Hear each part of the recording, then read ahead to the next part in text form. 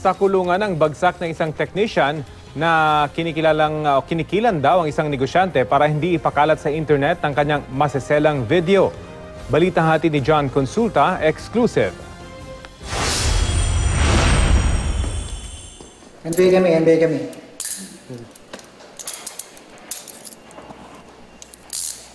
Bumagsak sa kamay ng NBI Special Task Force si Mark Lawrence Pascua na inaresto mismo sa isang remittance center habang kinukuha ang perang in-extort umano mula sa kanyang biktima.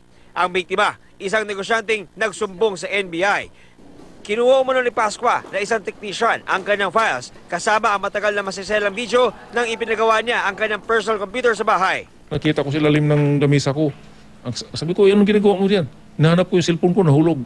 Doon nanakaw yung USB ko. Doon niya nanakaw.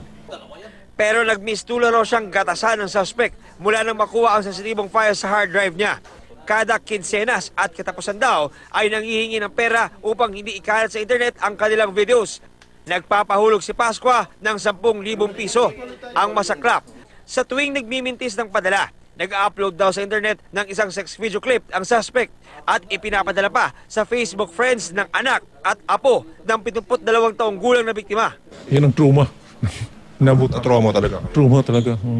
Ang STF NBI section, laking paghanga ko. Pasasalamat sa ginawa nila. Kasi wala talagang nakagawa sa ginawa nila kagabi.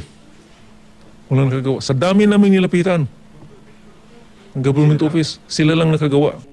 Hindi naman itinanggi ng suspect ang kanyang ginawa. Kailangan ko lang po kasi talaga. Robbery extortion in relation to Cyber Prevention Act and Anti-Photo and Video Voyeurism. Na ito ay pasok doon sa mga Republic Act 10175 at Republic Act 9995. Paalala ng NBI sa publiko, Huwag nang gumawa nito. Kumbaga kasi pribadong pribadong gawain. Huwag nang niyong gawin para ito ay hindi na maging bunga naman ng panghuhut-hut at panghihingi ng pera nitong mga ganitong klaseng mga tao at technician na makakahawak, makakakita ng laman ito sa mga gadget ninyo. John Consulta, GMA News.